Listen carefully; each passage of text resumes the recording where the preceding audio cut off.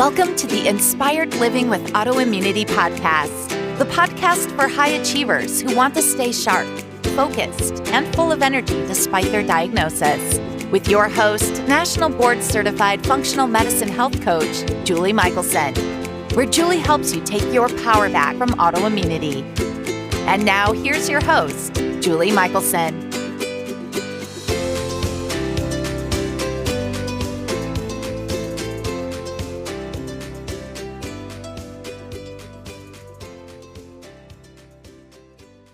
Welcome back to the Inspired Living with Autoimmunity podcast.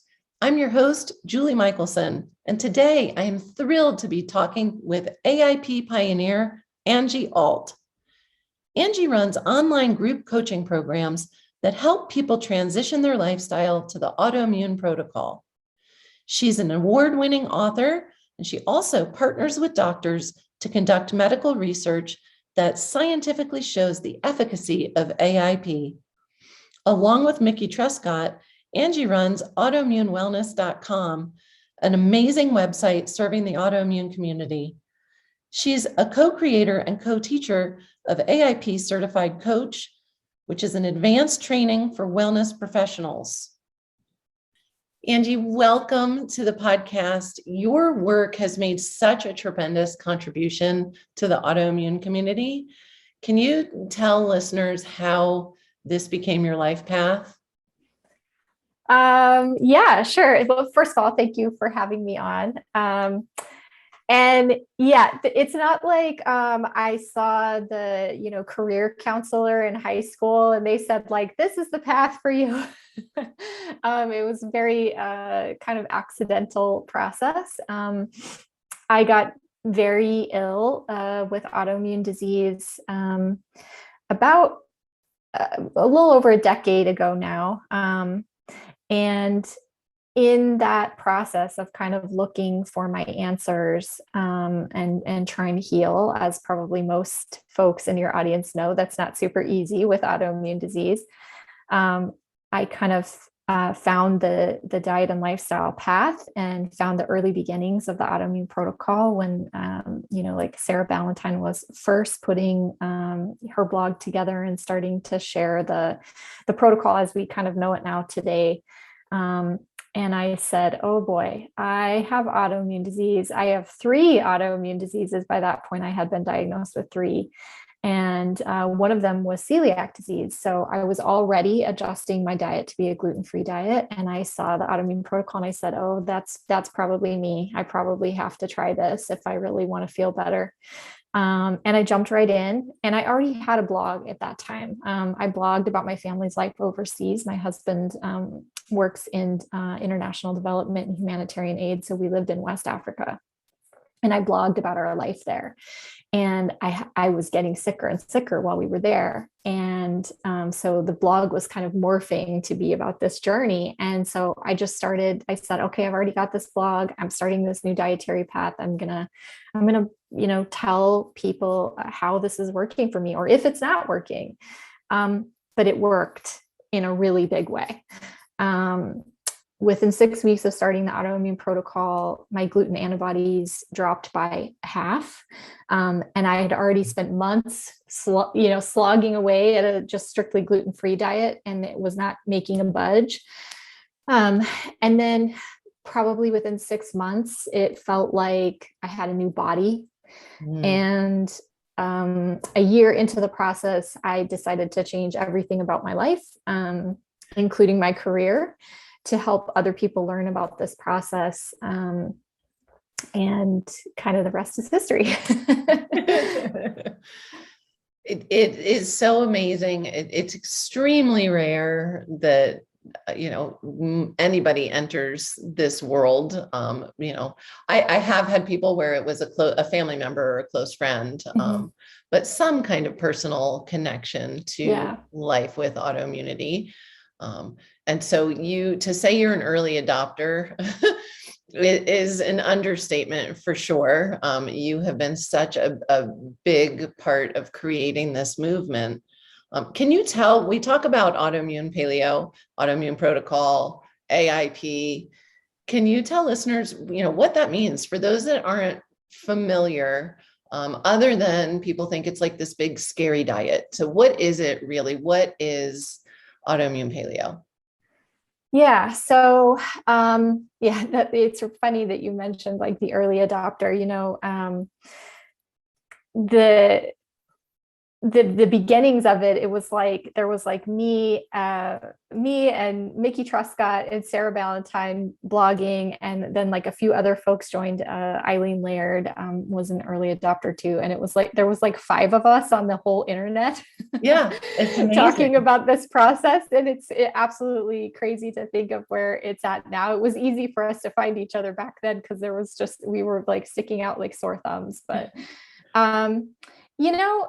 A couple of years ago, I wrote a guide on our website, autoimmunewellness.com, about what AIP is. And I wrote it to be an elevator speech because I realized that so many people in our community were like struggling to explain a pretty complex protocol to their friends and family, and trying to get buy-in, and to their doctors, and trying to get buy-in, but nobody really understood it, and they were having trouble condensing it. So if you don't mind, I'm going to read the elevator speech to your audience. Please. So, I think there's so much value.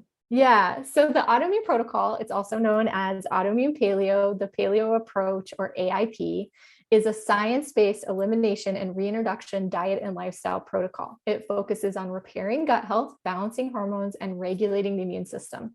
The dietary component includes removing food-driven sources of inflammation and restoring nutrient density, while the lifestyle component includes approaches to sleep, stress management, movement, and connection, both with humans and nature, in order to help best manage autoimmune disease. It's been used successfully alone or in combination with conventional treatments, and depending on a person's needs, it has even been the focus of medical research. Wow. That is what AIP is. that is the most succinct explanation I have ever heard. And you hit on so many points in there that I'm excited to talk about today. So that's really perfect. And we didn't plan that ahead, ladies and gentlemen. Yeah. I mean, when I wrote it, I remember thinking like, I think we even told our readers, like, here's your 30-second elevator speech, memorize this, and you'll be able to say what you need to say without like stumbling over your words and trying to include all the ins and outs. Well, and oh my gosh, you got me like, I don't even know where I want to start with that. Let's start with, again, when people hear AIP, they think diet, and you just beautifully explained it's more than diet. It's a lifestyle. Yeah. Tell us a little bit about why diet alone isn't enough. And then we can touch on some of those other lifestyle areas that you mentioned. Yeah. I mean, the really like basic, most simple way to say that diet is not enough is that all those other factors have a really big role in inflammatory processes in our bodies. They have a really big role in the healing process, making room for that healing process. They also play into hormone balance and gut repair. An example is movement. That's a really important AIP lifestyle pillar. And we tend to have people who completely underdo it or people who completely overdo it. Yes. And really the sweet spot is kind of in the middle. If we underdo it, we can contribute to some of the pain and other kinds of symptoms that folks with autoimmune disease experience. If we overdo it, we can actually make our guts leakier. So working on those lifestyle aspects, whether it be sleep or movement or stress management, connection, all of them play into this overall healing process. It is so true. And I see it all the time. It is often, depending on where somebody is in their autoimmune journey and how progressive their symptoms are, I see so many over-exercisers in my practice. Yes. Because, and I remember that feeling, we don't want to let go. It's like, no, I'm not going to give my, 1, 2, 3, 4 diagnoses, this part of my life. And I should have mentioned in the very beginning of the interview and thanked you. I am an AIP certified coach, and the program you put together is amazing. And a lot of my listeners I don't talk about that a lot. I just simply incorporate it in what I do with clients. So thank you for putting together that program, because it really is is such an amazing training, and the approach works. I mean, we know it just does. It works. And I love, I have had, and I'm curious if you have, I've had people actually show up on my doorstep eating the right diet, not many, but some for them, they've taken years, they've worked, they've figured it out. But they were missing those other pieces, right? They had no stress management tools, or so do you find that like people can spend a lot of time focused on food and they're missing this other huge, important, impactful part? Yes, absolutely. I definitely have had clients like that. I have run a group coaching program in the past, in addition to working with individual clients in my practice. And so, especially with the group program, I really got to see a pretty large volume of people. And it's really common. It's really common for people actually to be like, oh, I've been using AIP, I'm doing it. And they're following all the right food eliminations, they're following the nutrient density aspects, but they're not really making progress. And then when you dig in, you find out, oh, like they're also trying to marathon, right? Or, they're working 80 hours a week and they're not getting any sleep. Or they're a brand new mom and they're in the middle of a master's program and they're so stressed out, so it's like these lifestyle aspects. And I think in the beginning, the diet feels very intimidating. The changes that you're going to make to the way you eat, even though they are meant to be temporary, that feels really intimidating. And like compared to the rest of our society, really a massive change. Sure. But I think those of us who've done it for any length of time, and especially worked with other people, know that the truth is that the lifestyle aspects are really where it takes a lot of work and effort and dedication over time. And I will fully admit, as I do live an AIP lifestyle. I wasn't lucky enough to have found AIP when I wasn't well, and parts and pieces, and figured it all out, through trying this and trying that. But as somebody who lives that, I know what foods inflame me, I know what to avoid. And so that's easy. I don't even have to think about that at this point. Like it is, it's just second nature, whether I'm home, traveling, doesn't matter. But even doing what I do every day and working with people on all of those lifestyle areas, I find like, ooh, I've lost a little bit of, I haven't been sleeping as much lately. Oh, my stress management has fallen. So I agree. Those are the areas once you're in the groove, like, and I always say, I just had somebody contact me this morning saying, oh, my stress management routine is great. I teach stress management. I'm like, those two things don't always go together. Yeah. We always, because our stressors are always changing too. And I say, I've had so many people show up as well and say, oh, I'm not stressed. And then they rattle off like what you just said, like, I'm a new mom, I have this, this, and this. And I'm like, and you have autoimmunity. Right. You have chronic illness, you have chronic stressors. Exactly. There's already an underlying baseline of stress. You're kind of operating from a foundation of stress, this like background noise of stress, if you've got autoimmune disease. And, especially when it comes to the lifestyle pillar of stress management, I mean, this really applies to all the lifestyle pillars. They take time and effort you have to continually be tweaking and working on them. But stress management, I always describe to folks that it's like taking out the trash. Right. It's not a chore that's ever going to be done. You don't just one day stop taking out the trash from your house, right? Otherwise your house just fills up with stinky, smelly trash and it's really unsanitary.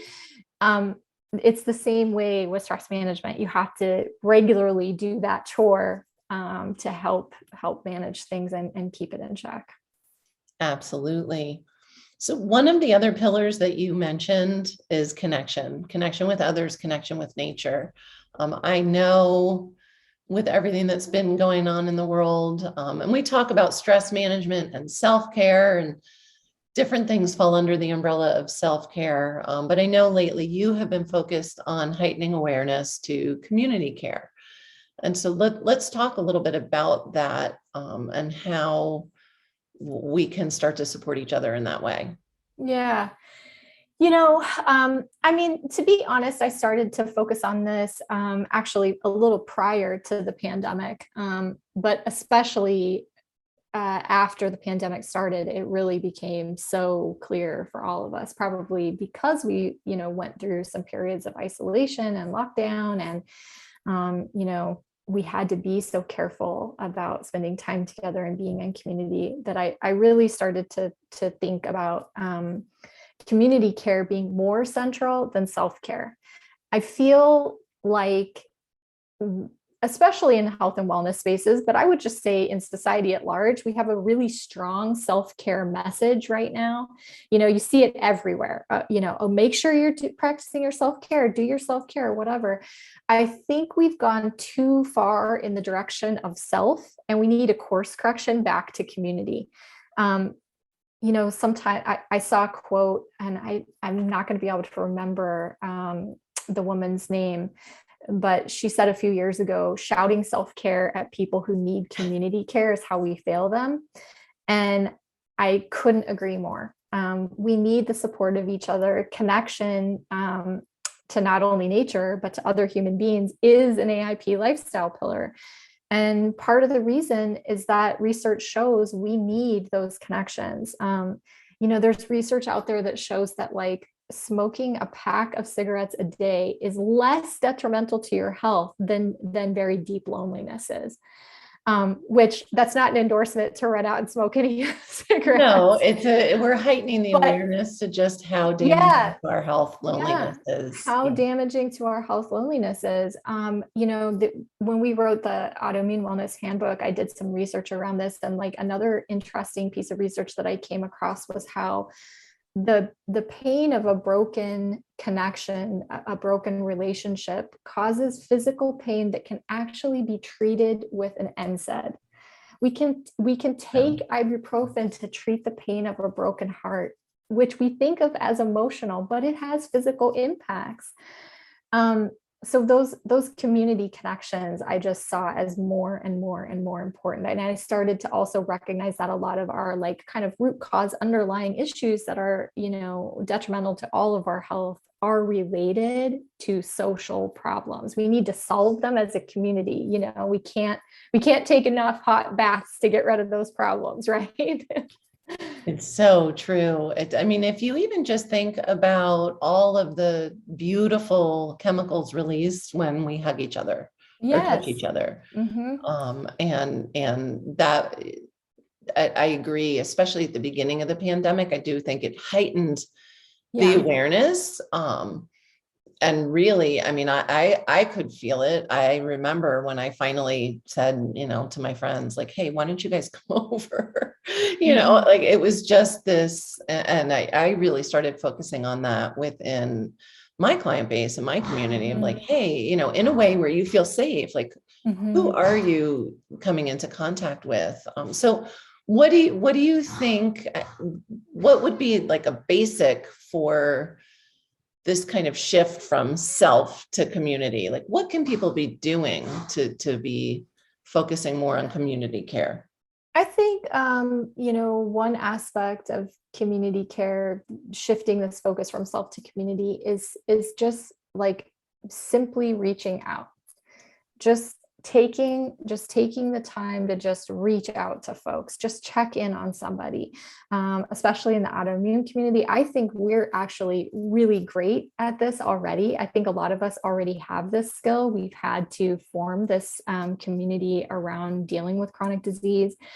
And I think we already have this skill set. So checking in on your friend with her RA diagnosis, how are you feeling today? How's the joint pain? Checking in on a coworker who maybe just got a Hashi's diagnosis, that. It's so simple at the start. I think it doesn't have to be over complicated. It can be as simple as, hey, everybody want to get together at the park and have an AIP potluck. Yeah. Let's share some food together, get some fresh air, double connection with nature. Yes. Connection with nature and connection with other humans. It doesn't have to be formal. formal and fancy. You don't need to raise it to the level of like a community activist type of level. If that's where you're called to go there. But I think it's actually really simple. I love that. And you hit on this, one of my favorite things. I'm always like, do X outside and you're getting a double or a triple hit of, how many pillars can you can really increase your pillars when you're outside. It's amazing. You mentioned the research you do, and this is one of the challenges in the functional medicine world, alternative approaches, integrative medicine, all of them, is this lack of peer-reviewed studies, right? That allopathic medicine has that hands down. And so many, you mentioned your elevator pitch is something someone can bring to their doctor, but so many physicians are rooted in, well, where's the science? It's been really exciting, the research that's been done, the peer-reviewed studies that are coming out. Tell listeners a little bit about that, because to me, I don't need a study. I know, we've lived it, we see it, we know it works. But to me, I think of the studies as this bridge of, to me, it's hope that we really are bridging that gap between what we know and what traditional Western medicine will accept as science. So let's just share a little bit about some of the work you've been doing. Yeah. So first of all, I think it helps that I don't come from a research background. I'm not a licensed medical professional. I didn't start my career path in a research university setting. So I didn't have any kind of preconceived notions about whether or not we could pull this research off, right? I just thought, like, I know this works, and I've been presented with the opportunity to partner with doctors and researchers, and let's get this off the ground and do this. And I also think, like, I had a little bit of a sassy attitude too, kind of like, okay, they want data, fine, let's get them their data. I know this works, so let's get them their data. So back in 2016, we had a reader of our blog at Autoimmune Wellness. He was a man with ulcerative colitis, and he was a patient of Dr. Gori Kanajetti, the head of gastroenterology at Scripps in San Diego. And he went to her, and she did colonoscopy, and she saw that he was in really bad shape, and she was really recommending that he start biologics, immune suppressing drugs, to try to get the ulcerative colitis under control. And he said, well, I found out about this diet. He was reading about the Autoimmune Protocol on our website, and he was like, I really want to try AIP first. And she was like, okay, I'll give you 3 months, but if it's not in better shape in 3 months, like, we have to do something. She was really worried about his health. She was trying to be a really proactive doctor. Well, he went and implemented the Autoimmune Protocol. He came back in 3 months. She repeated the imaging, and he was in full remission. And she was so shocked that she was like, okay, wait a minute, what did you do? And where did you find this information? And she went to our website. She looked through all the information. She saw that I ran a group program teaching people how to adopt the process. And she contacted us and said, I want to do a study, and you already have a process in place that my patients could go through. Will you partner with me? And of course we said yes. And so we enrolled folks into an IBD and an IBD study, so ulcerative colitis and Crohn's disease. And by week 6 of the process, which was an overall 10-week process, 73% of them were in full clinical remission. So wow. I still can't say that without getting emotional. Oh, I have goosebumps, and I've read this stuff. Like, I already know. Yeah. So that was very amazing. I remember when they started like going through the test results and the data and getting everything put together, and they figured out that they had 73% of them in remission. And Dr. Kanajetti called me and she said, Angie, it works. And I said, well, I told you so. So that was really amazing. It was really validating to our community. And following the publication of that study, our community said, we want more studies and we're willing to put our own money on the line. Like, we want to fund it. And we partnered with another doctor, and we called it Ninja Research. We said, okay, fine. We're not going to wait for any amazing drug company to fund us. We're not going to wait for a university to want to grant us money, or, whatever. We are going to fund this ourselves. And we raised the money with our own community. And we got some labs that were willing to sponsor, and we ran a Hashimoto study, which was also very successful, really positive results. Quality of life changed very dramatically for those folks. We had a member of the Hashimoto study, a woman who was suffering with infertility for quite a long time. And we had to kick her out of the study because she got pregnant 6 weeks in. Or goosebumps. Yeah. So that was like, for us having to kick her out was actually a very positive result. Yes. And then following that, we did the same thing, raised money and partnered with another researcher to study the efficacy of AIP for psoriasis and eczema. And we're still waiting for the results on that study. Unfortunately, COVID hit and the lab situation got very complicated. So we are still waiting for publication there. But and I know, because we've seen it. The results are going to be amazing. I really, my fingers are crossed. Some of our former subjects who were participating in that study have reached out to me and said how well it worked. So I hope that is reflected in our study results. So that is what we've done and how we've done it. And it's been really amazing. Some sub-studies have come out of those original studies. For instance, the IBD study, they were taking stool samples and they did blood work, they did imaging, other things like that. And about a year or so ago, they had a sub-study come out showing that we changed RNA expression.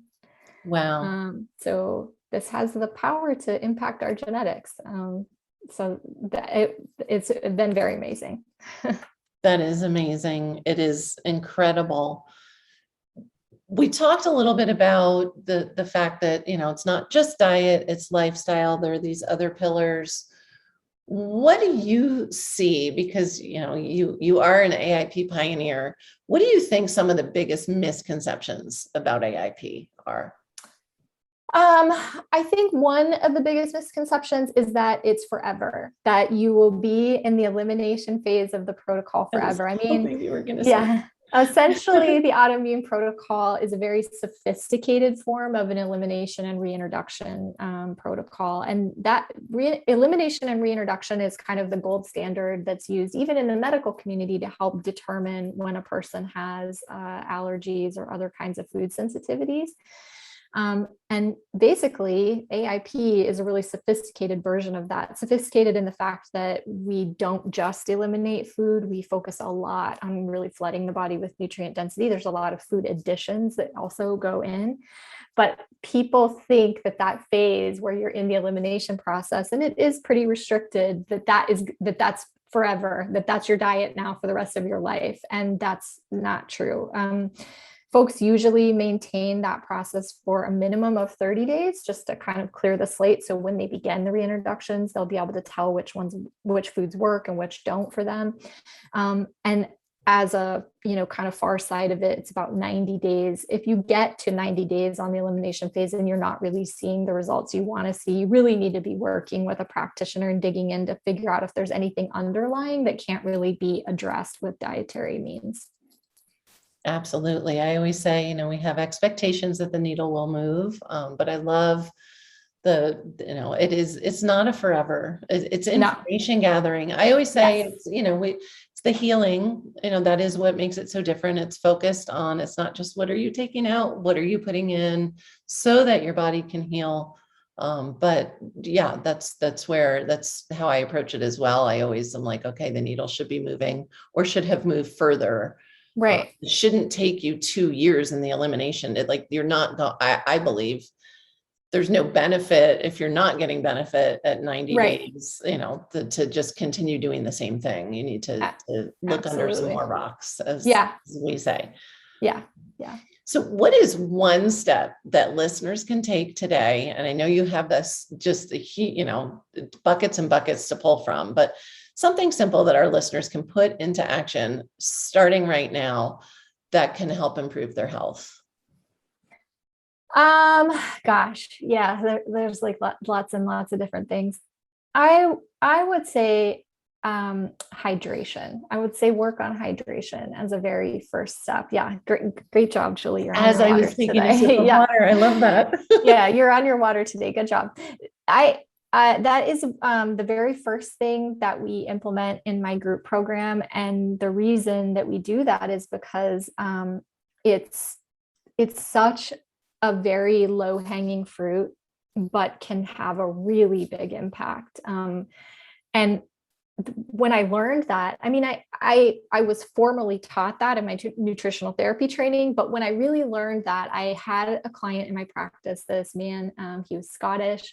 He was very into his tea, and he drank a lot of caffeinated teas that had a diuretic effect all day, every day, not a lot of water. And, he was pursuing a lot of really really advanced and expensive testing, trying to figure out what was wrong. And I was like, let's just start with water. Let's try to get more water in you. And it made a really big difference. You were mentioning moving the needle earlier. It was like a big needle mover. And that's when I was completely convinced, oh, this can actually be a huge baseline change for folks just by adding more water. So I would say start with adding more water. I love that. And it is so basic that it is, so often overlooked, or it's easy to overlook. Yeah. People think they drink more water than they do, especially if they're drinking other beverages. And so I love that one. You heard it. Drink more water. So before we wrap up, I know you mentioned a couple times the website, but tell listeners where they can find you, and then we'll also include it in the show notes.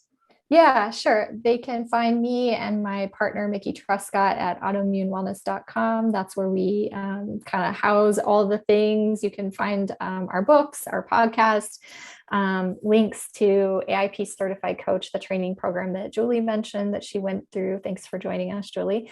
Everything kind of lives there, and you can find the information. All the studies are there if you would like to read the studies. So yeah. I love it. Thank you so much, Angie. You have shared just amazing amounts of gold. Usually, we're looking for a nugget, and this was just it's a real pot of gold. I really appreciate you being with us today. And for everyone listening, remember, you can get the show notes and transcripts by visiting inspiredliving.show. I hope you had a great time and enjoyed this episode as much as I did, and I will see you next week.